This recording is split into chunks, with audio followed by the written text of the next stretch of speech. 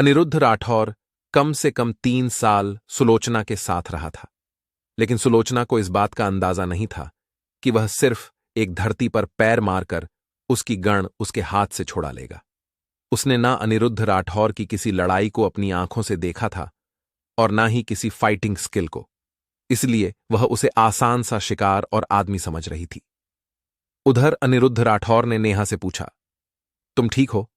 नेहा ने कहा, हां, मैं बिल्कुल ठीक हूं अनिरुद्ध सर। कहती हुई नेहा अपने चेयर पर जा बैठी और उसने अपनी रिसेप्शन संभाल ली। ऑफिस में कम से कम 20 एम्प्लॉइज काम कर रहे थे अपने अपने केबिन में।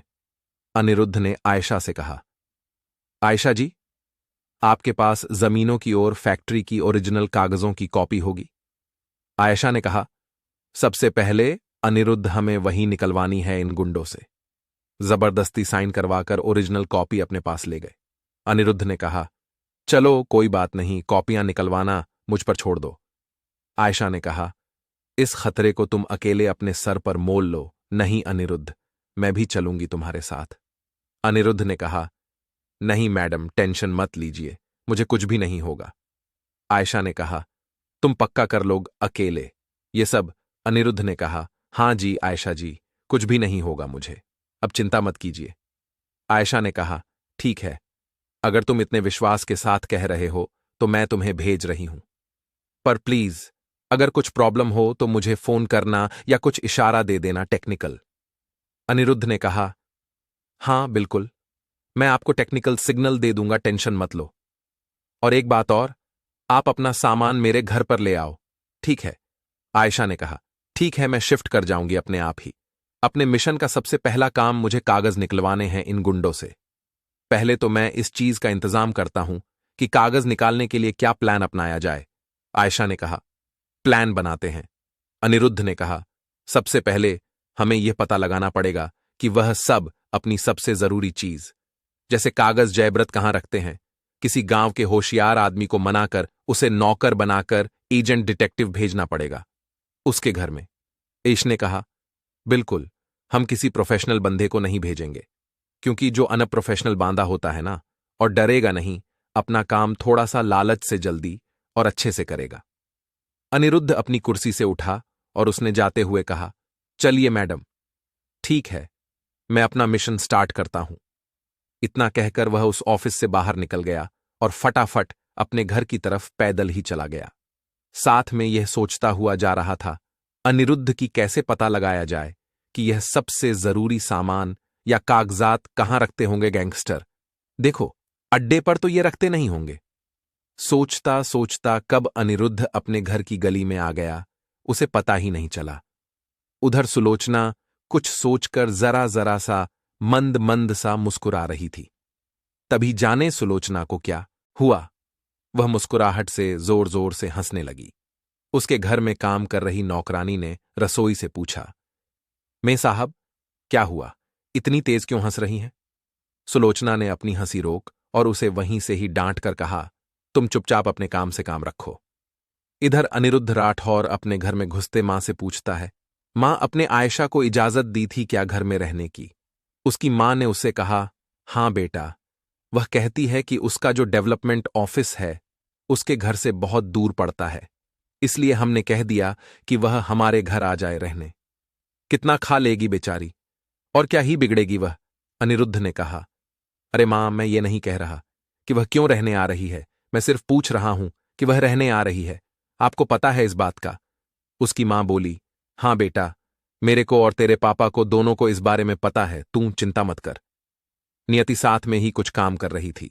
उसने कहा, अरे मां, इस गधे इंसान की शक करने की आदत नहीं जाएगी। मुझे पता है क्या सोच रहा है मन में।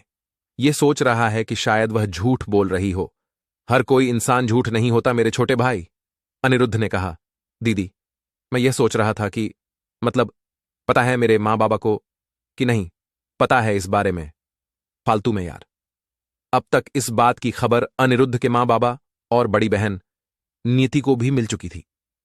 तभी अचानक मां ने उससे पूछा, बेटा, मैंने सुना तू लोगों की जमीनों के कागज उन गुंडों से छीन के ला रहा है, तो बेटा कैसे करेगा इतना सब?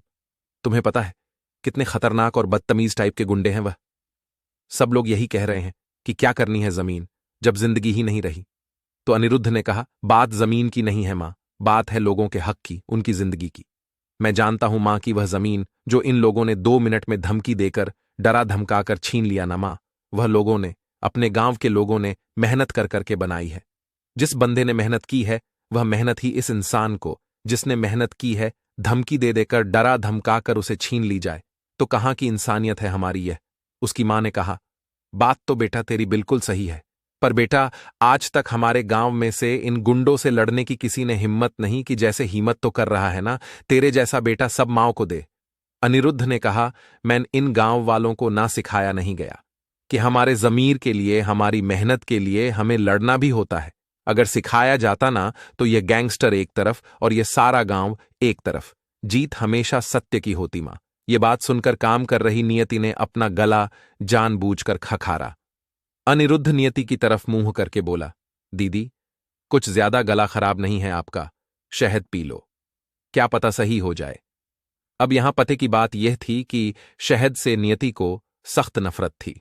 उसे शहद देखते ही उल्टियां आनी शुरू हो जाती थीं। नियति गुस्से से चिढ़ गई। नहीं, तुम एक बात बताओ, तुम्हें चिढ़ाने के लिए मैं ही मिली हूं क्या? अनिरुद्ध अचानक नाराज होने का नाटक करते हुए बोला, एक बात बताओ, आपको मेरी हर बात में चिढ़ क्यों दिखती है भाई? एक तो मैं आपको गले खराब का नुस्खा दूं, एक आप मुझे डांट रहे हो। बताओ क्या जमाना हो गया है यार? अब नियति बिल्कुल चिढ़ चुकी थी। वह अधूरा काम छोड़कर अनिरुद्ध की तरफ बढ़ी और इससे पहले अनिरुद्ध वहां से भाग पाता, नियति ने उसका गला पकड़ और उसे नीचे लिटाकर उसकी छाती पर चढ़ गई। अब बोल, क्या प्रॉब्लम क्या है तेरी है? अनिरुद्ध जोर से चिल्लाने लगा, मां देखो ये एक दिन मुझे मार देगी, बचाओ मुझे। अनिरुद्ध चिल्लाता गया, लेकिन नियति अब उसे छोड़ने वाली नहीं थी। नियति ने पूछा, अब बोल, बोलेगा फालतू? अनिरुद्ध राठौर अपनी जगह से हिल भी नहीं पा रहा था। अनिरुद्ध ने हाथ जोड़ते हुए कहा, अरे छोड़ दे मेरी बहन, माफ कर दे मुझे। नहीं बोलूंगा, नियति ने कहा, सॉरी बोलो पहले मुझे। अनिरुद्ध ने जोर से अपने कान पकड़ते हुए कहा, सॉरी सॉरी बहन, प्लीज छोड़ देना। कुल मिलाकर बात यहां खत्म है कि नियति उसकी नाक रगड़वाकर ही उसे छोड़ने का प्रण ले चुकी थी। जब नाक रगड़वाकर उसे तसल्ली हुई कि अब मुझे संतुष्टि मिली है, तब उसने छोड़ा। अनिरुद्ध पहले खड़ा हुआ, फिर वह धीरे से बुदबुदाया, वैसे सबसे पहले आप ही ने छेड़ा था मुझे। नियति फिर फुर्ती से पीछे की तरफ घूमी। क्या बोला? अनिरुद्ध हड़बड़ाकर बोला, नहीं, मैं बोला था कि आज के बाद नहीं छेड़ूंगा आपको।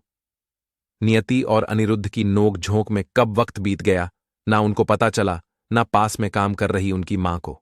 अपनी बड़ी बहन नियति से लड़के अनिरुद्ध राठौर घर के आंगन में आ गया। उसके घर का आंगन इतना बड़ा था कि उसके आंगन में एक झूला भी लगा हुआ था। जैसे ही उस झूले पर अनिरुद्ध की नजर पड़ी, सहसा उसकी पुरानी यादों ने घेर लिया। जब भी अनिरुद्ध और सुलोचना अपने गांव के घर में आते, तो रोज दोपहर को चाय पीते पीते इसी झूले पर बैठते। किसी न किसी विषय पर बातचीत होती या बातचीत बहस तक पहुंच जाती। फिर हर रोज की तरह सुलोचना अपनी तरफ होती और अनिरुद्ध के साथ सारे घर वाले अलग तरफ। आखिर में सुलोचना के विचार भी अनिरुद्ध की पार्टी से मेल खाने लगते थे। एक दिन रात को जब अनिरुद्ध और सुलोचना को नींद नहीं आ रही थी, तो सुलोचना ने कहा, चलो बाहर चल के झूले पर बैठते हैं अनिरुद्ध। अनिरुद्ध उसकी बात मानता हुआ बाहर आ गया था और सुलोचना और अनिरुद्ध झूले पर जाकर बैठ गए, हाथों में हाथ लिए चांद की तरफ देखते हुए। चांद की चांदनी में सुलोचना का चेहरा कितना प्यारा लग रहा था उसको। तभी अचानक जाने क्या हुआ, सुलोचना और अनिरुद्ध के हाथ एक दूसरे के हाथों में जोर से कस गए। फिर अचानक सुलोचना का हाथ अनिरुद्ध के हाथों से उसकी कमर पर पहुंच गया। दोनों के होंठ एक दूसरे के होंठों से कब मिल गए उन्हें पता ही नहीं चला। जब दोनों संभले तो अनिरुद्ध सही होकर बैठ गया, लेकिन सुलोचना का चेहरा अब भी उसके हाथों में था। पता नहीं क्यों सुलोचना अनिरुद्ध के सीने से सिमट गई। फिर उसने बड़ी मासूमियत से अनिरुद्ध से पूछा, अनिरुद्ध तुम कभी छोड़ तो नहीं जाओगे ना मुझे? अनिरुद्ध ने उसका माथा चूमते हुए कहा था, सुलोचना उस चांद की तरफ देख रही हो जाने कितने वर्षों से वो चांद और चांदनी का रिश्ता बरकरार है। उन्होंने एक दूसरे का कभी साथ नहीं छोड़ा सुलोचना, और नहीं छोड़ सकते हैं, क्योंकि चांद के बिना चांदनी अधूरी है और चांदनी के बिना चांद। इनका एक दूसरे के बिना कोई वजूद नहीं है सुलोचना। अगर इनका वजूद है तो उनके एक दूसरे के साथ होने से है। चांद और चांदनी जैसा रिश्ता है हमारा सुलोचना। हमारा भी एक दूसरे के बिना कोई वजूद नहीं है। मैं तुम्हारी चांदनी हूं और तुम मेरा सबसे प्यारा चांद हो सुलोचना। उस वक्त सुलोचना के आंखों से, मोहब्बत में ही सही, आंखों से धारा निकल आई थी आंसुओं की। उसने दावा करते हुए कहा था, और यह चांद तुमसे दावा करता है कि तुम्हारा साथ कभी नहीं छोड़ेगा, जिंदगी भर साथ रहेगा तुम्हारे। लेकिन किसने कहा कि वादे और दावे जैसी चीज उम्र भर तक टिकी रहती है? उतना घायल युद्ध की भूमि में सामने से बॉर्डर से चल रही सैकड़ों गोलियों से घायल नहीं हुआ होगा अनिरुद्ध, जितना सुलोचना के धोखे के तीर से हुआ था। यह सच है कि सुलोचना ने इतनी कस के बाण चलाया था अनिरुद्ध पर कि अनिरुद्ध का कलेजा और दिल दोनों छलनी हो गए थे। और सबसे बड़ी बात, उसने अनिरुद्ध या अनिरुद्ध के परिवार के साथ ही नहीं, हमारे हिंदुस्तान के साथ धोखा किया था। और ऐसी देशद्रोही के साथ मोहब्बत करना तो दूर, उससे बात करना भी गुनाह लग रहा था अनिरुद्ध राठौर को। क्यों किया होगा अनिरुद्ध ने उसे टूटकर प्यार, या बदले में सुलोचना ने उसे इतना प्यार क्यों किया होगा जब उसने ऐसा इतना बड़ा धोखा ही देना था उसे? इस बात को अनिरुद्ध आज तक नहीं समझ पाया। लेकिन अपनी आर्मी की लैंग्वेज में अनिरुद्ध के मन में जिस प्यारी सी औरत के लिए, जिस प्यारी सी लड़की के लिए मोहब्बत की समंदर की लहरें बहा करती थीं, आज उसी मन में इस लड़की के लिए अनिरुद्ध समझ नहीं पा रहा था, पर नफरत के बीज उगे थे। सुलोचना की याद में कब अनिरुद्ध को बैठे बैठे अंधेरा हो गया, उसे पता ही नहीं चला। अभी वह झूले पर बैठा ही था कि तभी अचानक घर का दरवाजा खटका। इतनी रात को कौन है, सोचता हुआ अनिरुद्ध झूले से उठा और दरवाजा खोलने के लिए दरवाजे की तरफ निकल गया। दरवाजा खोलकर सामने देखा तो आयशा अपना सामान लिए खड़ी हुई थी। अनिरुद्ध बड़ी गर्मजोशी से हाथ मिलाता हुआ बोला, वेलकम आयशा जी, आइए, आपका ही घर है। आयशा ने कहा, अनिरुद्ध, अभी तो मैं फिलहाल अपना सामान एडजस्ट करने आई हूं, पर तुम मेरे साथ चलो अभी। अनिरुद्ध ने कहा, कहां जाना है ऐसा, कोई बात हो गई है क्या? आयशा ने कहा, अनिरुद्ध, ये गैंगस्टर लोग इतना गिर सकते हैं, ना शायद तुम्हें विश्वास हो कहानी सुनकर, ना मुझे विश्वास हुआ था। दरअसल यहां के कुछ लोगों की जो रिटायर्ड हैं नौकरी से, या जिनकी वृद्धा पेंशन लगी हुई है, उनकी पेंशन यहां के गांव की जो बैंक है, ग्रामीण बैंक, पता है, उन्होंने उन सब की पेंशन अपने खाते में ट्रांसफर करवा लिए। अनिरुद्ध, दरअसल इन लोगों के हमने ही खाता खुलवा कर दिए थे इस बैंक में, ताकि लोगों की पेंशन आराम से आती रहे और वह अपनी आराम से गुजर बसर करते रहे। पर अनिरुद्ध, इन लोगों ने उन गरीबों के पैसे भी नहीं छोड़े। हर अकाउंट से पैसा निचोड़ निचोड़ कर निकाले गुंडों ने। अनिरुद्ध गुस्से में बोला, आयशा जी, एक बात बताइए, जब तक बैंक चाहेगा नहीं, तब तक वह किसी दूसरे की ट्रांजैक्शन नहीं कर सकता है किसी दूसरे को। ऐसे कैसे कोई ट्रांजैक्शन करवा सकता है मैडम? आयशा ने कहा, तुम्हें किसने बताया नहीं कि ये गैंगस्टरों ने सब लोगों को, हर एक विभाग को डरा रखा है यहां पर? तो बैंक वाले तो बहुत नाजुक स्टाफ होता है, डर के उन्होंने भी निकाल कर दे दिए होंगे। अनिरुद्ध अब बुरी तरह खींच गया था। उन्होंने कहा, मैडम, एक बात बताइए, बैंक वाले 2 साल के बच्चे हैं क्या, जो भूत से डर जाएंगे या बिल्ली से डर जाएंगे? मैडम, लालची हैं सब लोग। इन गुंडे मवाली इन लोगों को भर के पैसा देते हैं, और पैसे लेने के बाद में ये लोग वह करते हैं जो वह गैंगस्टर कहते हैं। समझ में आ रही है? तो आप क्या करें अनिरुद्ध? अनिरुद्ध ने कहा, उनकी पेंशन लगी है, इस बात का कोई प्रूफ होगा हमारे पास। आयशा ने कहा, कोई रसीद पड़ी होगी शायद। और हां, जब इन लोगों की पेंशन लगी थी तब हम लोगों ने उनके डॉक्यूमेंट की फोटोकॉपी अपने पास रख ली थी। हो सकता है हूं, अनिरुद्ध ने कहा, कल सुबह 6:30 बजे मुझे वह चाहिए। आयशा ने कहा, ले जाना, पर तुम करोगे क्या उनका? अनिरुद्ध ने कहा, कल शाम 5:30 बजे पता चल जाएगा, तुम ले आना प्लीज। ठीक है, मैं तुम्हें तैयार करवा कर सुबह सुबह दे दूंगी। अनिरुद्ध ने कहा, ठीक है, और फिर अभी जाने का कोई फायदा नहीं है, कहीं भी अंदर आओ और सो जाइए। आयशा ने अपना सामान अपने कमरे में जमाया और वहीं सो गई। अगले दिन अनिरुद्ध राठौर को हर एक पेंशन वालों के कागज मिल चुके थे।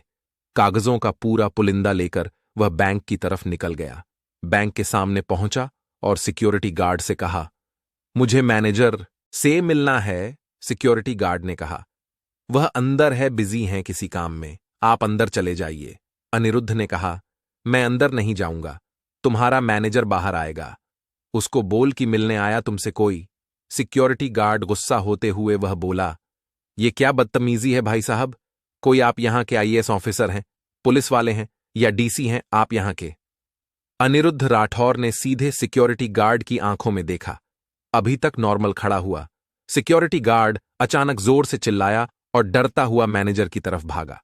सिक्योरिटी गार्ड को लगा जैसे एकदम से वह पहाड़ पर आ गया हो और पहाड़ के साइड में खाई नहीं, जैसे आग का समंदर बह रहा हो और उसे किसी ने उसे समंदर में धक्का दे दिया हो। इस डर से वह पूरी तरह डर गया था और यह एक मार्शल आर्ट ट्रिक्स थी। बिना किसी के हाथ पैर तोड़े और किसी को मारे बुरी तरह दौड़ा दौड़ा कर डराना या दूसरों को भ्रमित कर देना, ये एक फेयर तकनीक थी जो मार्शल आर्ट की सबसे प्रोफेशनल ट्रिक थी। सिक्योरिटी गार्ड को डरा देख मैनेजर बाहर आया। उसने सामने खड़े शख्स से बात की। जी कहिए, कौन हैं आप? अनिरुद्ध हंसता हुआ बोला, काश अगर मैं तेरा बाप होता तुझे इतने डंडे मारता ना। साले लालच तो क्या, लालच के बारे में सोचकर भी घबरा देता तू। अनिरुद्ध ने सामने खड़े मैनेजर के सामने एक फाइल खोली और एक कागज उसमें से निकाल कर दिखाया। मैनेजर समझदार था, सब कुछ समझ गया था। उसने अनिरुद्ध से कहा, अच्छा तो इन वृद्ध पेंशनों के लिए लड़ने आया? तू मुझे जानता मैं किसके लिए काम करता हूं, तेरे जैसे कुत्तों को खरीद के रखता है, वह समझ में आ रही है। अनिरुद्ध ने कहा, जिसके लिए तो काम करता है ना उसको बोलो जिन कुत्तों को तो खरीद के रखता है। उन भी खरीदे कुत्तों में से एक कुत्ते ने उसका क्या हाल किया था ट्रेन में, और सब कुछ बयां कर देगा, पूछ कर देख ले उसे। वहीं फेयर तकनीक अनिरुद्ध ने उस मैनेजर के साथ भी अपनाई। ऐसा भयंकर जल में भ्रमित होकर फंसा था वह, किधर कर अंदर गया। उसने सारे ऑफिसर से कहा कि जितनी भी ट्रांजैक्शन हुआ है सब उन पैसों को उनके अकाउंट में ट्रांजैक्शन करवाया जाए जिनके वे हैं। फिर बाहर आकर अनिरुद्ध से बोला, अनिरुद्ध सर, आगे से नहीं होगा सर, ऐसा कभी नहीं होगा सर, प्लीज। उधर आयशा के फोन पर एक मैसेज आया, क्योंकि जिनकी पेंशन लगी हुई थी उन लोगों के अकाउंट्स आयशा के नंबर से अटैच थे। मैसेज पढ़ा तो वह दंग रह गई। मैसेज में लिखा था, योर ओनल accounts has been credited with rupees. Ayesha ने तुरंत गांव के पेंशन लेने वालों लोगों को इकट्ठा किया और उनको बता दिया कि आप लोगों की पेंशन आ चुकी है। अब तक अनिरुद्ध राठौर अपना काम पूरा करके अपने घर पहुंच चुका था। आयशा भी वहीं पर थी। मेजर अनिरुद्ध अपनी बहादुरी पर बहुत खुश हो रहा था। भरा पूरा दिन बिताकर अनिरुद्ध अपने घर में चैन से बैठा ही था कि तभी अचानक घर का दरवाजा खटकाया किसी ने। अनिरुद्ध जोर से चिल्लाकर बोला, कौन है? बाहर से आवाज आती है। अनिरुद्ध बाबू, हम लोग हैं। जाकर मेजर अनिरुद्ध ने दरवाजा खोला और देखा गांव के लोगों का एक झुंड उसके घर के सामने खड़ा था। मेजर के बाहर आते ही लोगों ने उसका स्वागत भरी आंखों से किया। और गौरतलब है कि यह लोग वह लोग थे जिनकी पेंशन कई सालों से नहीं आई थी। लोगों में से एक आदमी बोला, धन्यवाद बेटा, तुमने हमारी जिंदगी और आसान कर दी है यह दोबारा पेंशन लगवाकर। अनिरुद्ध ने कहा, अरे नहीं चाचा, ये तो मेरा फर्ज था। फिर गांव के वह लोग अनिरुद्ध के घर में आ गए और देर तक उनका जमावड़ा घर में होता रहा। अगले दिन अनिरुद्ध राठौर जब आयशा के साथ उसके ऑफिस में पहुंचा तो एक नई लड़की को देखकर वह थोड़ा सा हैरान रह गया। बड़ी शांत सी, चुप सी लगी उसे वह लड़की। अनिरुद्ध ने इशारे से आयशा से पूछा, यह कौन है? आयशा ने कहा, यह कल्पना है, नई ज्वाइन हुई है कल ऑफिस में। जब से यह ऑफिस में आई है किसी से उसने बात नहीं की और दरी दरी सी है, हां, पर काम करके अच्छा दे रही है कल से। अनिरुद्ध ने कहा, आपने इससे पूछने की कोशिश नहीं की, क्यों चुप है? आयशा बोली, नहीं। अनिरुद्ध ने कहा, पर आयशा जी, पूछिए तो सही, क्या पता कुछ बोल दे आपको। आयशा ने उस लड़की को इशारे से अपनी पास बुलाया और कहा, बैठो इस कुर्सी पर। लड़की मुझे मन से बैठ गई। आयशा ने कहा, बताओ क्या हुआ तुम्हें? कल्पना चुप रही। चुप, बिल्कुल चुप। अनिरुद्ध ने उसे बहुत प्यार से पूछा, बताओ कल्पना, कोई प्रॉब्लम है, कोई मुसीबत है बेटा तुम्हें? उसने अपने पास से एक मोबाइल निकाला और उसमें एक वीडियो चला दिया। जब अनिरुद्ध और आयशा ने उस वीडियो को देखा तो खुद दंग रह गए। अनिरुद्ध ने देखा कि वीडियो में जानी पहचानी लड़कियां थीं और उन लड़कियों के साथ थीं सुलोचना और एक अनजान आदमी। अचानक अनिरुद्ध बिखरने लगा। उसे संभालने के लिए आयशा ने उसका हाथ पकड़ा। अचानक अनिरुद्ध राठौर फफक कर रो पड़ा। वीडियो में उन लड़कियों को नए शर्मसार हालात में दिखाया जा रहा था। मजबूर लड़कियों के कपड़े अस्त व्यस्त थे। दरअसल आदमी उस वीडियो में कई थे, लेकिन सही में दिखाई वह एक आदमी दे रहा था। सुलोचना क्रिमिनल बन सकती है, इस बात को तो अनिरुद्ध राठौर ने एक्सेप्ट कर लिया था, पर एक लड़की होकर सुलोचना मासूम लड़कियों के साथ इतना घटिया काम कर सकती है, यह अपनी आंखों के सामने देखकर भी अनिरुद्ध संभाल नहीं पाया था। कुछ देर बाद वह थोड़ा सा संभलते हुए बोला, आयशा जी, मैं चलता हूं। आयशा ने उसे बड़े प्यार से कहा, नहीं अनिरुद्ध, बैठो तुम यहां। अनिरुद्ध बड़े अफसोस से बोला, मेरी एक मासूम सी पत्नी इस हद तक गिर सकती है, मैंने कभी सोचा नहीं था आयशा जी। आयशा ने कहा, कब क्या हो जाए कोई भी कुछ नहीं कह सकता अनिरुद्ध, इसलिए फ्यूचर को एक्सेप्ट करना आना चाहिए हमें। तुमने शंकर को कहा था ना बुलाने को, आ रहा है वह। अनिरुद्ध ने कहा, जी मैंने बुलाया तो है, उसे कहा तो था कि आ जाना तुम, उसी के साथ ही रहता है, इस गैंगस्टर के साथ। आयशा ने कहा, तुमने उसी के एक नौकर को पटा लिया। अनिरुद्ध ने कहा, पता नहीं, कहता है तंग था मैं उससे, बात बात पर वह उस पर हाथ उठाता था, इसलिए छोड़ा है उसे वह। अब फिर से मैं उसे नौकर बनाकर वापस भेजूंगा, लेकिन इस बार वह मेरा आदमी बनकर जाएगा, मुझे इंफॉर्मेशन देगा वह। उधर दिलावर की गैंग आपस में बैठी डिस्कस कर रही थी। दिलावर ने बड़ी गर्मजोशी से सारी गैंग से कहा, साथियों, यह जो नया आदमी आया है जिसका नाम अनिरुद्ध है, यह बहुत ही खतरनाक आदमी है। जो बंदा 1 सेकंड के अंदर हमारे सबसे खतरनाक आदमियों को नाक रगड़वा सकता है, जो आदमी सबसे खतरनाक मैनेजर को अपने वश में कर सकता है, और जिनकी हमने पेंशन छीनी थी उनकी पेंशन वापस उनको दे सकता है और दिलवा सकता है, जो आदमी पुलिस वाले को अपनी चालाकी से फंसा सकता है, जो आदमी हमारे सबसे खतरनाक फाइटर के घुटने तोड़ सकता है, वह आदमी कुछ भी कर सकता है दोस्तों। पास बैठी सुलोचना ने कहा, क्या करें अब सर? कुछ मत करो, दिल्ली की सारी गैंग्स को एक्टिव करवाओ, अब हमारे असली ताकत दिखाने का वक्त आ गया है सबको। पास में बैठा बालवीर बोला, ठीक है सर। और सुनो, यहां की दिल्ली की लड़कियां जितनी भी हमने किडनैप की हैं, सबको ट्रक में या ट्रेन में भर लो, ताकि अनिरुद्ध राठौर अगर अटैक भी करें, कोई खतरनाक काम करने की कोशिश भी करें, तो लड़कियों को देखकर वह कमजोर पड़ जाए। किसी भी कीमत पर कोई चूक नहीं चाहिए। मुझे बालवीर बलविंदर भाई की गैंग, गामा भाई की गैंग, जग्गा भाई की गैंग, सारी गैंग्स को एक्टिव कर दो। हमारे 40-45 गैंग्स, जितनी भी गैंग्स हैं, सारी एक्टिव कर दो।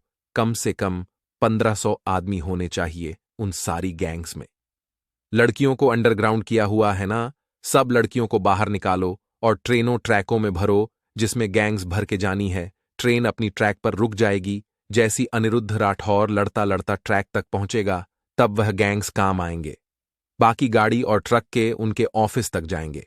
और आप सब लोगों को एक और चीज पता करने भेज रहा हूं, वहां पर हमारे चंगुल से एक कल्पना नाम की लड़की छूट कर भाग गई, और उस ऑफिस में है, मुझे यह खबर मिली है। सारे दिलावर चौहान के गैंग के आदमी अपने अपने काम पर लग जाते हैं। उधर आयशा के ऑफिस में अब तक अनिरुद्ध राठौर ने सिक्योरिटी एजेंसी से बहुत सारी सिक्योरिटी बुला ली थी। अनिरुद्ध और आयशा अभी बात कर ही रहे थे कि तभी अचानक बाहर से गोली चलने की आवाज आई। अनिरुद्ध ने कहा, ये कौन है आयशा मैडम? आयशा ने कहा, दुश्मन होंगे, चलो चेक करते हैं। अनिरुद्ध पास में बनी खिड़की की तरफ आया तो सामने इतनी सारी गाड़ियां देखकर दंग रह गया। ओ, तो यह लोग मुझे और आयशा जी को मारने की मंशा से आए हैं। ऐसा भी हो सकता है कि यह इस ऑफिस के पूरे स्टाफ को मौत की सलाखें दिखाने आए हों। खिड़की बंद करके अनिरुद्ध राठौर आयशा के पास आया और उससे बोला, आयशा जी, नीचे गैंगस्टरों की भीड़ लगी हुई है, शायद हमें मारने के इरादे से आए हैं वह लोग, चिंता मत कीजिए, मैं किसी न किसी तरीके से इस स्टाफ को निकलवाता हूं।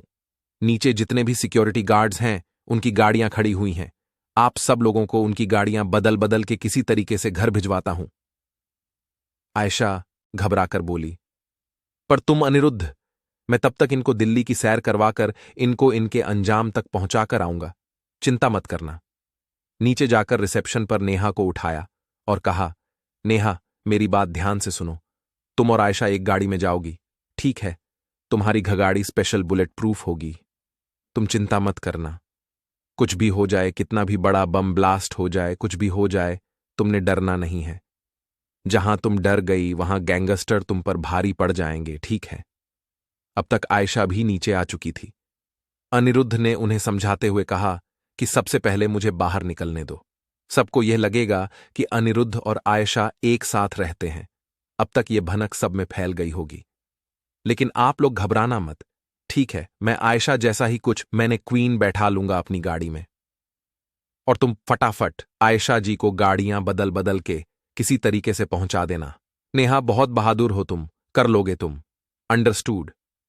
नेहा ने कहा, ठीक है। अनिरुद्ध राठौर ने आयशा और नेहा के जुड़े से हेयर स्ट्रीक्स निकालकर जुड़ा उनका थोड़ा सा और कस दिया, और अनिरुद्ध राठौर ने अपनी जेब से 10-15 शार्प पेन निकालकर उनकी जीन्स की जेब में फंसा दिए और समझा दिया कि इमरजेंसी केस पढ़ने पर कैसे अटैक करने के लिए इनका उपयोग करना है। फिर अनिरुद्ध राठौर नेहा से बोला, नेहा, तुम्हारे साथ कल्पना भी रहेगी। नेहा ने कहा, ओके सर, मैं संभाल लूंगी सब कुछ। अनिरुद्ध उसकी पीठ थपथपाते हुए बोला, ग्रेट गर्ल। यह कहकर अनिरुद्ध ऊपर कल्पना को लेने चला गया और ऊपर इंटरकॉम से सिक्योरिटी डिपार्टमेंट को फोन करके बोला, अपने अपने हथियार और अपनी अपनी गाड़ियों के साथ तैयार रहो। फोन की दूसरी तरफ से आवाज आई, हमने पहले ही खतरा भांप लिया था सर, हम लोग तैयार हैं। आप लोग नीचे आइए, हम लोग बातचीत नहीं करेंगे। एक पार्क के लेफ्ट हैंड साइड में बिल्कुल ब्लू कलर की गाड़ी खड़ी है कोने में। आपका प्लान हमें पता लग गया था सर। वह गाड़ी कल्पना, नेहा और आयशा के लिए है सर। बहुत ज्यादा टाइम मत लगाइए सर, वरना गैंगस्टरों को शक हो जाएगा। जल्दी आइए, 2 मिनट के अंदर। अनिरुद्ध ने फोन काटा और फटाफट भागता हुआ नीचे जा पहुंचा कल्पना को लेकर। रिसेप्शन से नेहा और आयशा को लेकर पार्क में पहुंचा और ब्लू कलर की गाड़ी में बैठाते हुए बोला, यह तुम्हारी गाड़ी है। प्लान के हिसाब से पहले तुम लोग धीरे धीरे निकलोगे। ऐसा लगना चाहिए कि तुम्हें बिल्कुल भी डर नहीं है। रोज के रूटीन के हिसाब से निकलना, जैसे तुम लोग रोज निकलते हो अपनी ऑफिस से, ठीक है? चलो स्टार्ट कर दो अपना प्लान जल्दी। ऑफिस के सामने वाले बड़े से ग्राउंड एरिया में बहुत सारे बाइकर्स और कारों वाले खड़े हुए थे। पार्किंग एरिया में कोई भी नहीं था। पार्किंग से ग्राउंड एरिया में जाने के लिए गाड़ी को तिरछा घुमाकर ग्राउंड एरिया पहुंचना पड़ता है। क्योंकि उनके पार्किंग में कोई नुकसान ना हो, इसलिए ग्राउंड को पार करवाकर पार्किंग एरिया बनाया हुआ है। आप लोगों को सुनने में बड़ा अजीब लग रहा होगा कि ग्राउंड के बाद पार्किंग एरिया, पर ऐसा ही है दोस्तों। ग्राउंड हो सकता है डेवलपमेंट ऑफिस में, यह सुनकर भी आपको आश्चर्य हुआ होगा, पर हां, इस ऑफिस के बाद ग्राउंड एरिया भी है जो बहुत बड़ा है। जब ऑफिस का रिनोवेशन हो रहा था तब आयशा ने ही बनवाया था एक ग्राउंड।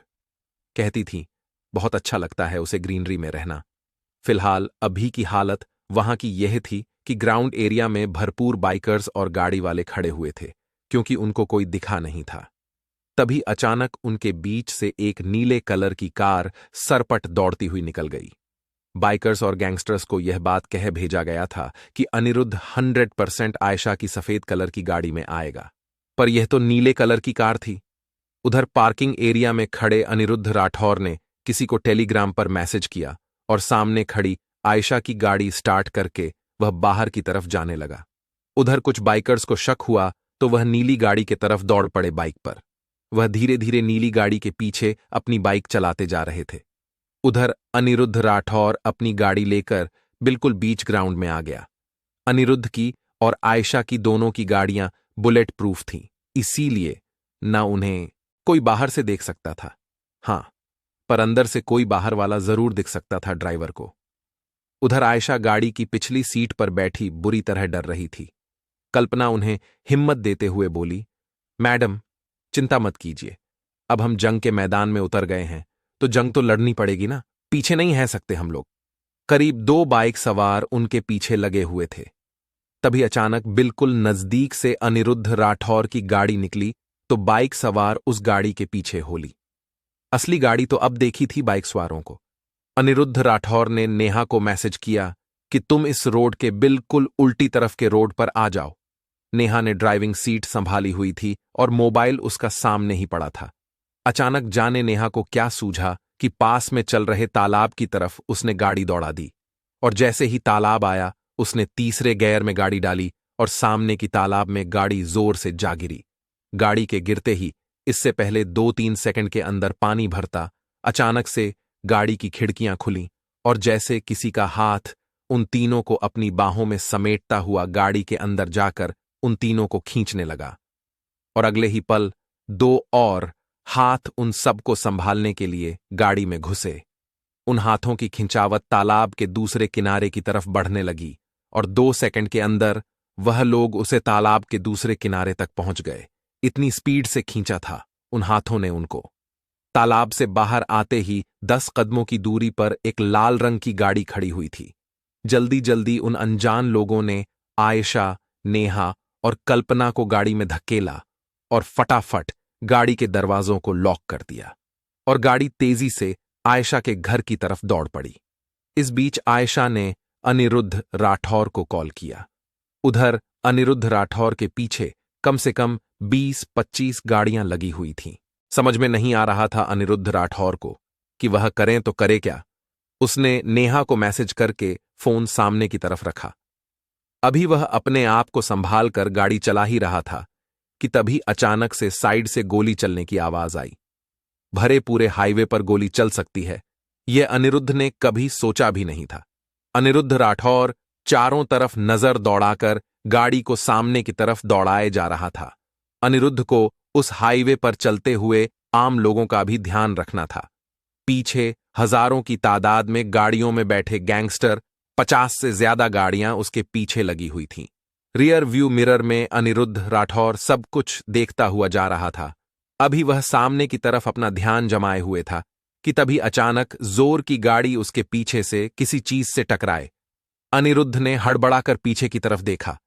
इससे पहले वह गाड़ी जरा सी रोककर पीछे की तरफ ध्यान से देखता, अचानक उस गाड़ी के शीशे से गन निकली और सीधा अनिरुद्ध की गाड़ी के टायर पर निशाना सदा। बंदूक कोई रिवॉल्वर सी लग रही थी। इससे पहले गन निकालने वाला ट्रिगर दबाता अनिरुद्ध ने अपनी गाड़ी आधी तिरछी करते हुए वहां से दौड़ा ली। अनिरुद्ध राठौर के दिमाग में माइंड मेकअप बना हुआ था। इसके हिसाब से वह इस लड़ाई में काम करना चाहता था। तभी उन अनगिनत गाड़ियों में से 2 बाइक सवार उसकी गाड़ी के एक तरफ और दूसरी तरफ हो गए, और पहले तरफ वाले बाइक सवार ने अपनी जेब से कुछ निकाला। अनिरुद्ध ने उसकी तरफ ध्यान से देखा तो वह दंग रह गया। उसने ध्यान से देखा तो उसे पता चला कि अनिरुद्ध की गाड़ी के दरवाजे को तोड़ने के लिए उस बाइक सवार ने अपने हाथ में एक ग्रेनेड पिन पकड़ी हुई थी। लेकिन अनिरुद्ध भी कोई कच्चा खिलाड़ी नहीं था। तुरंत उसने अपनी गाड़ी का लॉक खोला और उस बाइक सवार की तरफ वाला दरवाजा तेजी से खोला, अनिरुद्ध राठौर की गाड़ी का दरवाजा तोड़ने के लिए। इससे पहले वह बाइक सवार उस ग्रेनाइट को चला पाता, तुरंत अनिरुद्ध की गाड़ी का दरवाजा खुलने से वह हड़बड़ा गया। उसके हड़बड़ाने से बाइक का बैलेंस बिगड़ा और वह सीधा सामने लगे पेट से टकरा गया। इससे पहले वह उठ पाता, वो ग्रेनेड भी अपना काम कर चुका था। वह वही ब्लास्ट होकर उसकी बाइक और उस बाइक सवार को चिट्ठड़े चीठड़ों में बदल चुका था। अनिरुद्ध राठौर मुस्कुराता हुआ गाड़ी दौड़ाता रहा। कुछ गाड़ी वालों ने उस बाइक सवार को गिरते और जलते हुए देख लिया था। अब उनका गुस्सा चरम पर पहुंच चुका था। उनमें से कई गाड़ी वालों ने अपनी गाड़ियां अनिरुद्ध को ओवरटेक करके उसके आगे लगा लीं, लेकिन अनिरुद्ध राठौर बहुत ही खतरनाक ढंग से उनका सामना कर रहा था। अनिरुद्ध राठौर ना डरा था, ना वह झिझका था। तुरंत अपनी गाड़ी की स्पीड तेज की और उन दोनों गाड़ियों को उड़ाता हुआ आगे निकल गया। वह किसी तरह एक सुनसान रोड पर पहुंचना चाहता था ताकि दूसरों को चोट ना आए। 5 मिनट तक सब कुछ शांत चलता रहा। गाड़ी वाले उसके पीछे और अनिरुद्ध राठौर मजे से आगे दौड़ाता रहा गाड़ी अपनी। अचानक उसे किसी की आवाज सुनाई दी, ओपन फायर झोंको इस पर। अचानक गाड़ियां रुकी और बहुत सारे गैंगस्टर अपनी अपनी गाड़ियों के बाहर आ गए। और उन्होंने अपनी राइफल्स निकालकर अनिरुद्ध राठौर की गाड़ी पर ओपन फायर छोड़ दिया। अनिरुद्ध ने सोचा, अगर इसी तरह गोलियां चलती रहीं तो यह गाड़ी ज्यादा देर नहीं टिकेगी। अनिरुद्ध ने अपनी गाड़ी की सामने की ड्रॉर में से एक स्प्रे निकाली और गोलियां चला रहे लोगों पर छिड़क दी। अचानक पता नहीं क्या हुआ, उनकी बंदूकें उनके हाथ में ही फट गईं और कम से कम 25 गैंगस्टर वही मौत की सलाखों के पीछे पहुंच गए। उनकी बंदूकें अभी भी जोर जोर सिया आवाज करते हुए ब्लास्ट हो रही थीं। अनिरुद्ध राठौर को लगा कि अब गैंगस्टर खत्म हो चुके हैं। तभी अचानक उसके फोन पर एक मैसेज आया, यहां की सारी किडनैप लड़कियां ट्रेन और ट्रकों में भरी पड़ी हैं। ये मत समझना कि तुम्हारे मारने से गैंगस्टर खत्म हो गए, अभी और आएंगे, देखना। अनिरुद्ध राठौर को शक तो था कि अभी पूरी तरह मामला खत्म नहीं हुआ है, लेकिन अब वह तैयार भी था, क्योंकि अब तक वह अंडर कंस्ट्रक्शन वाले रोड पर पहुंच चुका था, जो कि बिल्कुल बंद था। अनिरुद्ध राठौर गाड़ी से निकला और सावधान मोड़ में आकर खड़ा हो गया। तभी अचानक वह हुआ जो मैसेज में लिखा हुआ था। चारों दिशाओं में किसी कोने में छिपे हुए गैंगस्टर अचानक बाहर आने लगे। वह हंसते हंसते अनिरुद्ध राठौर की तरफ बढ़ रहे थे। उनके हाथों में हॉकी स्टिक, चाकू और राइफल्स दूर से नजर आ रही थी। अनिरुद्ध राठौर उनको ध्यान से देखने लगा। तभी अचानक अनिरुद्ध राठौर को एक तरकीब सूझी। जैसे ही अनिरुद्ध राठौर पर उन लोगों ने अटैक करना चाहा, अनिरुद्ध राठौर अपनी मार्शल आर्ट की स्किल को अपनाता हुआ गैंग के बिल्कुल बीचों बीच कूद गया और 5-7 गैंगस्टरों की गर्दन अपने दोनों हाथों में लेकर उनके मुंह पर मुक्के ही मुक्के बरसा दिए। अब तक अनिरुद्ध घायल जरूर हो चुका था, लेकिन कमजोर नहीं हुआ था। अनिरुद्ध को गैंगस्टर की मार पड़ती रही, लेकिन अनिरुद्ध हारा नहीं। तभी अनिरुद्ध ने देखा कि एक हट्टा कट्टा गैंगस्टर उस पर गन का निशाना साधे हुए है। अनिरुद्ध ने चलती हुई लड़ाई में अपनी जेब से कुछ पिन निकाली और उसकी गन पकड़ी हुई बाजू पर चुभो डाली। निशाना इतना सटीक था कि उसकी बाजू के बीचों बीच जा लगी पिन। फिर उसने इस बंदूक वाले आदमी को धक्का दिया और नीचे उसका सर पटक कर खोल दिया। तभी अचानक पीछे से अनिरुद्ध पर अटैक करता हुआ एक आदमी अनिरुद्ध के सर पर हाथ रख के उसका मुंह आसमान की तरफ करके उसकी गर्दन तोड़ने की कोशिश करने लगा, तो अनिरुद्ध राठौर ने उसकी छाती पर अपना सिर दे मारा। सिर मारते ही वह आदमी जमीन पर ढेर हो गया और अनिरुद्ध ने उसकी दिशा की तरफ घूमकर उस पर लात चला दी। पास में खड़ी उसकी बाइक पर भी एक लात मारकर उसे उड़ा दिया। फिर अचानक से अनिरुद्ध के दिमाग में जाने क्या आया कि उसने उस बाइक को उठाया और उस बाइक को स्टार्ट करके तेजी से गैंगस्टरों की ओर दौड़ा दी। इन कुछ मिनट में अनिरुद्ध ने बाइक की तार भी काट दी थी। गैंगस्टर के पास पहुंचते ही अनिरुद्ध बाइक से उतरा और उसने बाइक की साइलेंसर और पेट्रोल टैंक पर गोलियां बरसा दी। कुछ सैकड़ों में मोटरसाइकिल ब्लास्ट होकर धुआं हो गई। वहां खड़े गैंगस्टर में से कियों के अंग बाइक के ब्लास्ट होते ही ब्लास्ट हो गए। फिर तो जाने दोनों तरफ क्या हुआ, दोनों एक दूसरे को बुरी तरह पिटने काटने लगे। दोनों तरफ जैसे जंग का मैदान जैसा माहौल बन चुका था। अनिरुद्ध राठौर कई सारे गैंगस्टर को मारता काटता दूर तक चला गया। कुछ मिनट बाद उस पर किसी की हॉकी ने अटैक किया। अपने ऊपर हमला होने से पहले ही अनिरुद्ध ने हॉकी को अपने दोनों हाथों में पकड़ा और उसी हॉकी से उस हॉकी वाले का सिर फाड़ दिया और हॉकी का दूसरा हिस्सा उसके पास में खड़े एक गैंगस्टर की आंख में घुसा दिया और उसके हाथ में पकड़ा हुआ तलवार जैसा कुछ उसके हाथ से छीना और आगे के लोगों के हाथों की नसें काटता हुआ चला गया। लगभग 15 मिनट तक यह खतरनाक युद्ध उस हाईवे पर चलता रहा। जब 2-3 गैंगस्टर बच गए तो वैसे ही डरकर पीछे हो गए, लेकिन वह हार नहीं सकते थे, क्योंकि अगर वह हार जाते तो उनका बॉस दिलावर चौहान उनकी खाल उधेड़ देता। उनमें से एक तलवार लिए अनिरुद्ध राठौर की तरफ बढ़ा और तभी अचानक से उसके हाथ से वह तलवार गायब हो गई। अगले ही पल वह तलवार अनिरुद्ध राठौर के हाथों में चमक रही थी। वह आदमी चिल्लाता हुआ बोला, मैं तुझे जान से मार दूंगा। उसका इतना कहना था कि अनिरुद्ध ने तेजी से तलवार उसके स्टाइल से चलाई और सीधे उसके मुंह में घुसाकर हलक तक घुसा दी। वह आदमी वहीं तड़पता हुआ मौत की सलाखों की तरफ पहुंच गया। दूसरा और आखिरी आदमी आया। उसने अपने हाथ में कोई हथियार नहीं पकड़ रखा था। अपनी फाइटिंग स्किल को यूज करता हुआ वह आदमी जैसे ही उसकी तरफ लपका, अनिरुद्ध राठौर ने उसकी टांग पकड़ ली और उसे धरती पर पटक कर उसकी छाती पर लात ही लात बरसा दी। अनिरुद्ध की लातों का वार इतना तेज था कि वह बर्दाश्त न कर पाया और वहीं मर गया। अब उस सुनसान हाईवे पर एक भी गैंगस्टर जिंदा नहीं बचा था। अनिरुद्ध राठौर को पता था कि अभी मामला खत्म नहीं हुआ है। यह तो अभी 150 गैंगस्टर थे जो अनिरुद्ध राठौर ने मार गिराए थे। असली मिशन तो अभी बाकी था, और अगर 20 मिनट के अंदर अंदर वह काम भी पूरा नहीं हुआ तो बहुत देर हो जाएगी। बिना कुछ सोच अनिरुद्ध राठौर गाड़ी में बैठा और आयशा को फोन किया। फोन पर पता चला कि आयशा घर पहुंच चुकी है। थैंक गॉड, अनिरुद्ध ने सोचा और अपनी गाड़ी स्टार्ट की और गाड़ी दौड़ाता हुआ अपने किसी सीक्रेट अड्डे की तरफ चला गया। रास्ते में अचानक उसे मैसेज आया, अड्डे पर नहीं, मंजिल पर मिलो। अचानक अनिरुद्ध राठौर ने अपनी गाड़ी रेलवे ट्रैक की तरफ ले ली। रेलवे ट्रैक से 5-7 किलोमीटर दूर से ही ट्रक खड़े हुए थे। अनिरुद्ध राठौर बिना सोचे समझे अपनी गाड़ी से उतरा और एक ट्रक की तरफ चलने लगा। तभी अचानक एक काले सूट वाला आदमी उसके सामने आकर उसका रास्ता रोकने लगा।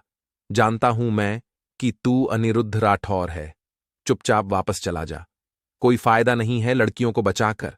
अनिरुद्ध ने बिना कुछ बोले उसे आंखों से साइड हटने का इशारा किया, पर जिद्दी किस्म का आदमी था वह, हटा नहीं। फिर सीधे अनिरुद्ध राठौर ने उस इंसान से आई कांटेक्ट किया। उसके आई कांटेक्ट करते ही जैसे वह इंसान धरती से ऊपर की तरफ उठने लगा। उसको लगा कि सूरज की रोशनी बहुत तेज हो गई है और उस सूरज की तरफ ऊपर की तरफ बढ़ता जा रहा है। और जैसे ही वह सूरज के बिल्कुल नजदीक पहुंचा, अचानक वह बुरी तरह चिल्लाता हुआ अपने गैंग की तरफ भाग निकला। यह थी अनिरुद्ध राठौर की फेयर टेक्निक।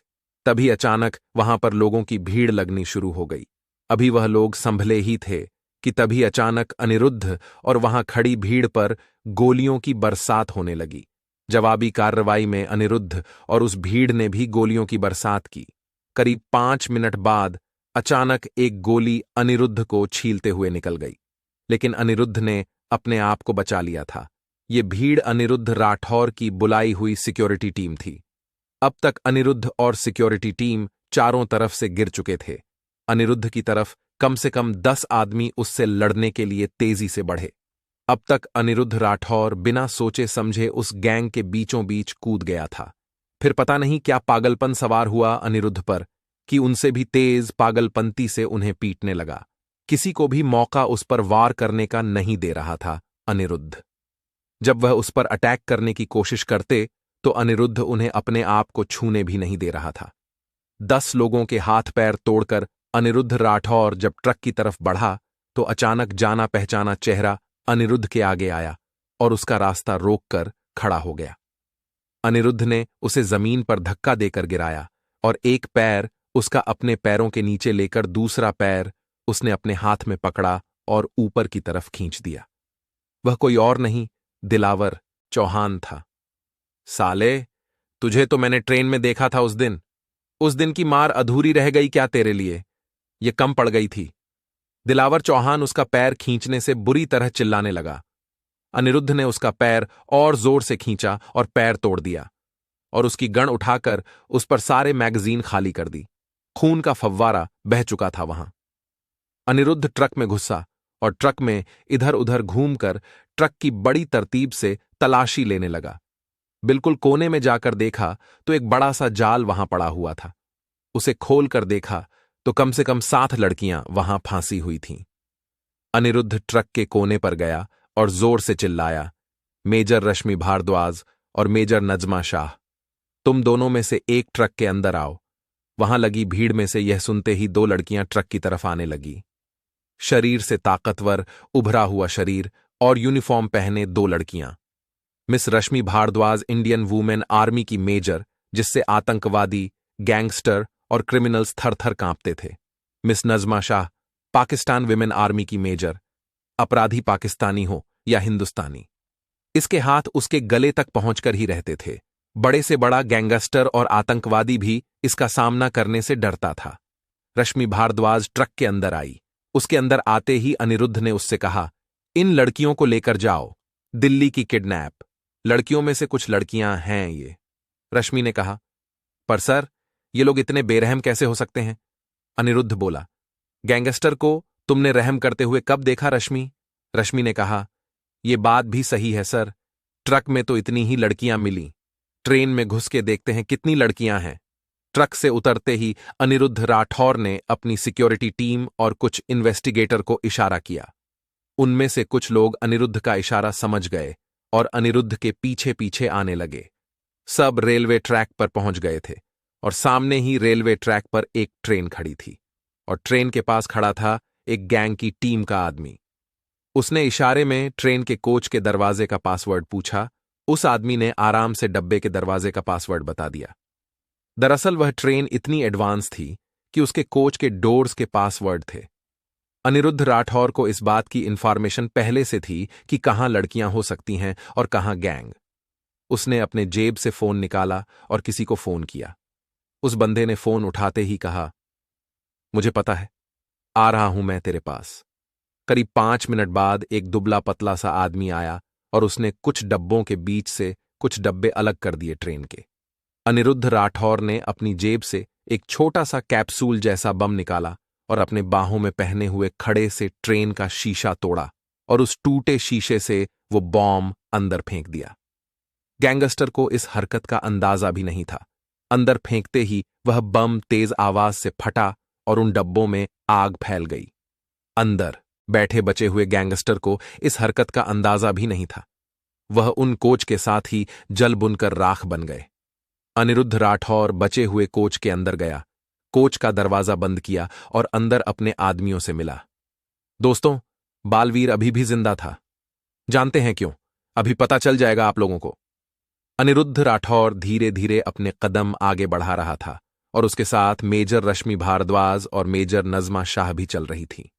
नजमा ने कहा, सर, लड़कियां जिंदा हैं, हम लोग चेक करके आए हैं अभी। अनिरुद्ध ने कहा, वेरी गुड, कोई बात नहीं, लड़कियों को कुछ भी नहीं होगा हमारे होते हुए। चलते चलते वह एक कोच में पहुंचे। उस कोच की हर एक सीट पर सहमी हुई लड़कियां बैठी हुई थीं। उनमें से एक लड़की ने डरते हुए घबराते हुए पूछा, आप लोग कौन हैं? क्या आप लोग भी हमें उन लोगों की तरह मारोगे या आप लोग हमें आगे भेजोगे? अनिरुद्ध को यह सब सुनकर शर्म आने लगी। कुछ समझ नहीं पा रहा था कि एक इंसान पैसों के लिए इतना गिर जाएगा कि लड़कियों को मजबूर करके उनसे देह व्यापार करवाने लग जाए। जालिमों के जुर्म की मार खाई हुई लड़कियां आज उसके सामने इस तरह बैठी हुई थीं। लाचारी में उन्होंने पता नहीं कितनी गंदगी और मार सही होगी। कुछ ही वक्त में लड़कियों को उस ट्रेन से बाहर निकाला गया और गाड़ियों में बैठकर फिलहाल के लिए अनिरुद्ध के घर छोड़ने का फैसला किया गया। करीब 25 लड़कियां दिल्ली से किडनैप की गई थीं, जो अब अपने घर पर जाएंगी, अपने परिवार से मिलेंगी। आज के बाद निडर होकर झेंगी कि उन पर कोई जुर्म नहीं होगा। उन बच्चियों को किसी भी कीमत पर किसी की हवस का शिकार नहीं बनना पड़ेगा। दिल्ली आजाद है आज से। किसी को किसी की गुलामी नहीं सहनी पड़ेगी। किसी भी गांव वालों को बैंक के आगे हाथ फैलाने नहीं पड़ेंगे कि उनकी पेंशन दे दी जाए। आज से इस दिल्ली में राजतंत्र खत्म हो गया है। कुछ दिन बाद अनिरुद्ध राठौर ने सबकी जमीन उनके नाम करवा दी थी। हर गांव वालों को उसका हक दिलवा दिया था अनिरुद्ध ने। अचानक अनिरुद्ध के घर का दरवाजा खटखटाया किसी ने। उस वक्त अनिरुद्ध राठौर उन लड़कियों से पूछताछ कर रहा था। अनिरुद्ध ने दरवाजा खोला तो सामने बालवीर खड़ा हुआ था। अनिरुद्ध राठौर ने कहा, क्या हाल चाल मेजर शाहदाब अली? अब आप गैंगस्टरों में घुसे हुए कोई डिटेक्टिव नहीं हैं, अब तो मेजर के रूप में आ जाइए। अनिरुद्ध और शादाब अली दोनों हंसते हंसते एक दूसरे के गले मिल गए। अब तक दोनों के दोनों घर के अंदर आ चुके थे। मेजर शाहदाब अली का अनिरुद्ध राठौर ने शान से स्वागत किया। अनिरुद्ध और अनिरुद्ध का पूरा परिवार एक जगह जमा हुआ था और आज रात को ही अनिरुद्ध राठौर को अपने मुंबई शहर वापस निकलना था। अनिरुद्ध राठौर की मां सरस्वती ने कहा, जानते हो अनिरुद्ध, आज पूरा गांव तुम्हारी इस बहादुरी से बहुत खुश है। अनिरुद्ध ने कहा, यह मेरी अकेले की बहादुरी नहीं मां, पूरी आर्मी की बहादुरी है ये। मैं अकेला इतनी सारी गैंगस को नहीं संभाल पाता। और सबसे बड़ी बात, हमारी दिल्ली को आजाद करवाने में सबसे बड़ा हाथ पाकिस्तान आर्मी का है। अगर शादाब अली से बालवीर बनकर मेजर शाहदाब अली उस गैंग में न घुसते मेरी और ब्रिगेडियर राजेंद्र सिंघानिया की बात मानकर, तो हमें दिल्ली की छिपी हुई गैंग्स के बारे में ना पता चलता। यह गैंग आतंकवादियों से मिली हुई थी। हमारी दिल्ली को लोकतंत्र से राजतंत्र में तब्दील कर देते ये गैंगस्टर और आतंकवादी। और सबसे बड़ी बात, ये आतंकवादी किसी देश की तरफ से नहीं, बल्कि देशों को एक दूसरे के खिलाफ भड़काने वाले होते हैं। शादाब अली ने कहा, मान लिया कि हमारा पाकिस्तान हिंदुस्तान के खिलाफ हो गया था, लेकिन असर उनके बहकावे का था। कई कई साल पहले पाकिस्तान और हिंदुस्तान में बंटवारा हो गया था, मान लिया, लेकिन अब जमाना बदल गया है। जमाने के साथ साथ हमें अपनी दुश्मनी दोस्ती में बदलनी होगी। ऐसा ख्याल इन लोगों ने हमारे मन में आने ही नहीं दिया। लेकिन अब नहीं, अब पाकिस्तान और हिंदुस्तान दोनों भाई भाई हैं। इन दोनों को, ये लोग तो क्या, दुनिया का कोई भी आदमी अलग नहीं कर सकता आज के बाद। कुछ वक्त बाद अनिरुद्ध और शादाब अली खड़े हुए और दोनों ने एक दूसरे की तरफ दोस्ती का हाथ बढ़ा दिया। यह देखकर वहां बैठे अनिरुद्ध के पूरे परिवार ने तालियों की बरसात कर दी। अब तक शाम हो चुकी थी और लड़कियों को उनके उनके घर भेज दिया गया था। अनिरुद्ध और शादाब अली को मुंबई नहीं, बल्कि मेघालय के लिए निकलना था। शादाब अली ने कहा, अनिरुद्ध, इनका ऑपरेटिंग सिस्टम, जिस सिस्टम से ये सारी गैंग्स पर नजर रखते हैं, और उनकी ऑपरेटिंग टीम मेघालय चेरापूंजी में है। हमें मुंबई नहीं, मेघालय के लिए निकलना होगा। अनिरुद्ध राठौर का सामान पैक हो चुका था। अभी अनिरुद्ध अपने कमरे में ही था कि तभी अचानक उसकी बड़ी बहन नियति वहां आई। नियति ने कहा, अनिरुद्ध, जा रहे हो क्या तुम? अनिरुद्ध ने कहा, हां दीदी, जाना पड़ेगा ना। नियति ने कहा, कब आओगे वापस? अनिरुद्ध नियति की तरफ घुमा और उसे अपनी बाहों में भर लिया। अनिरुद्ध राठौर को बहुत अच्छा महसूस हुआ, क्योंकि अरसों बाद उसने किसी अपने को अपनी बाहों में भरा था। अनिरुद्ध नियति का माथा चूमते हुए बोला, मेरी प्यारी बहन, मैं बहुत जल्द आऊंगा वापस। अब तक नियति इमोशनल होकर रोने लगी थी। अनिरुद्ध ने उसके आंसू साफ करते हुए कहा, अरे मेरी बड़ी बहन, रोटी क्यों है? आऊंगा ना मैं वापस। फिर 2 मिनट रुककर अचानक मजाक करता हुआ बोला, अभी तो मुझे आपकी शादी भी देखनी है दीदी। नियति अचानक उसकी छाती पर मौके मारते हुए बोली, तुझे तो मेरी शादी की पड़ी है, मैं नहीं बोलूंगी तुझसे। जब नियति अचानक जाने लगी तो अनिरुद्ध ने उसे पकड़ लिया। बहन, मुझसे नहीं बोलेगी तो किससे बोलेगी? और वैसे भी अगर तुम मुझसे नहीं बोलेगी ना, तो रह भी नहीं पाएगी मेरे बिना। नतीजा अब देख लो, ऐसे तसव्वे बहा रही है जैसे पता नहीं कितने दिनों के लिए जा रहा हूं मैं। नियति ने पास पड़ा फूलदान उठाकर अनिरुद्ध की तरफ फेंका तो अनिरुद्ध ने उस फूलदान को अपने हाथ में पकड़ लिया। फिर नियति दरवाजे की तरफ जाते हुए बोली, चल, तूने तो निकल जाना है और अब मुझे तेरी तैयारी करनी पड़ रही है। मां बुला रही होगी किचन में मुझे। ये कहती हुई नियति बाहर चली गई। शाम तक उसकी मां सरस्वती ने जाने क्या क्या उसके लिए खाने को चीज बना डाली थी। आखिरकार जाने का वक्त भी आ गया। अनिरुद्ध राठौर के घर के सामने उसका पूरा गांव इकट्ठा हो चुका था। सारे भावुक हो चुके थे उसको जाता हुआ देख। सबका एक ही सवाल था, अनिरुद्ध बेटा, कब आओगे तुम? और सबका एक ही कहना, अगर तुम ना होते तो आज हमें आजादी ना मिलती इन गुंडों से। इसके जवाब में अनिरुद्ध ने अपनी पूरी टीम उनके आगे की और कहा, मेरे दोस्तों, मेरे बड़े भाइयों, इस गुंडागर्दी को खत्म करने में मैं अकेला नहीं था। मेरे साथ मेरी आर्मी की टीम भी मौजूद थी। वहां खड़ी भीड़ में से किसी ने जोश में चिल्लाकर कहा, सैल्यूट इंडियन आर्मी। अनिरुद्ध ने वापस जवाब में कहा, इंडियन आर्मी नहीं, सैल्यूट आर्मी। क्योंकि आर्मी चाहे किसी भी देश की हो, उसका एक ही काम रहता है, भयानक से भयानक आती मुसीबत से और हमले से अपने देश को बचाना। और हमारी दिल्ली की गुलामी खत्म करने के काम में पाकिस्तान आर्मी का भी बहुत बड़ा हाथ है। इसलिए हम लोग क्या कहेंगे? सबने चिल्लाकर कहा, salute army, salute army, salute army. सारे गांव वाले इतने खुश थे कि छोड़ने के वक्त अनिरुद्ध और शादाब अली को स्टेशन तक छोड़ने गए। प्लेटफॉर्म पर पहुंच चुके थे सारे के सारे। शादाब अली ने अनिरुद्ध से कहा, अनिरुद्ध, तैयार हो तो मेघालय के मिशन के लिए? अनिरुद्ध ने सावधान पोजीशन में आकर कहा, यस सर। फिर कुछ वक्त बाद मेघालय एक्सप्रेस ट्रेन आ गई और अनिरुद्ध और शादाब अली ट्रेन में चढ़ चुके थे। अपनी सीट पर अनिरुद्ध ने बैठते हुए देखा कि गांव वाले वहां अभी भी खड़े हुए हैं और उन दोनों को हाथ हिलाकर विदा कर रहे हैं। फिर ट्रेन धीरे धीरे अपनी लाइनों पर सरकती चली गई और गांव वाले और स्टेशन पीछे छूटते चले गए।